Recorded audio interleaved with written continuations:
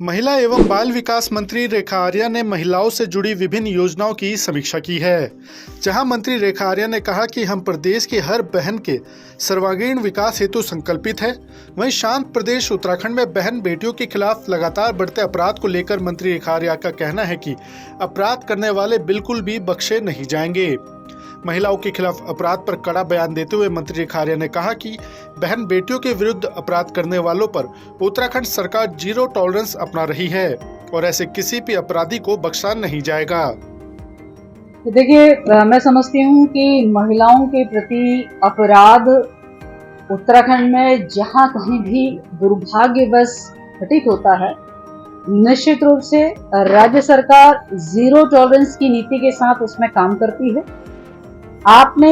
यदि गैरसैंण सत्र में भी विपक्ष के द्वारा इस विषय को नियम 58 में यदि हम लोगों ने सुना होगा तो हम लोगों ने ये देखा होगा कि अपराध का तो जिक्र आया,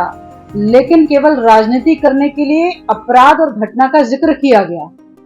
यदि समझदार होते तो साथ में यह भी कहते होते कि यदि दुर्भाग्य से कहीं अपराध घटित हुआ तो पुलिस प्रशासन ने, राज्य सरकार ने, CWC ने किस प्रकार का त्वरित एक्शन लेते हुए अपराधियों को जेल के सलाखों के पीछे भेजने का काम किया है, यह भी देखने योग्य बात है। ये साफ बताता है कि राज्य सरकार की मंशा जीरो टॉलरेंस, महिलाओं के प्रति अपराध हम जीरो टॉलरेंस की नीति के साथ हम काम करते हैं, ये मैसेज देने का काम किया है। तो इसलिए उत्तराखंड में अपराध शून्य उत्तराखंड बनाने के लिए राज्य सरकार लगातार प्रयासरत है और मैं समझती हूँ कि यहाँ एक भी अपराधी महिलाओं के साथ कुछ दुराचार या किसी प्रकार का दुर्व्यवहार किया है तो वो जेल के सलाखों के पीछे है। ये भी मैं आप पत्रकार बंधुओं के माध्यम से चाहूंगी कि ये भी उजागर किए जाने की आवश्यकता है। इसलिए क्योंकि हमने जब विपक्षों की सरकार देखी है तो हमने ये देखा है कि अपराधियों को जेल से छूटते देखा है, अपराधियों को जेल में न जाते हुए देखा, अपराधियों के केस दर्ज, FIR दर्ज होने में महिला को कितनी मशक्कत करनी पड़ती है, हमने वह दौर भी देखा हुआ है। तो इसलिए मैं मानती हूँ कि राज्य सरकार हमारे संबंधित सभी जिलों के कप्तानों को ये साफ इंस्ट्रक्शन है कि महिला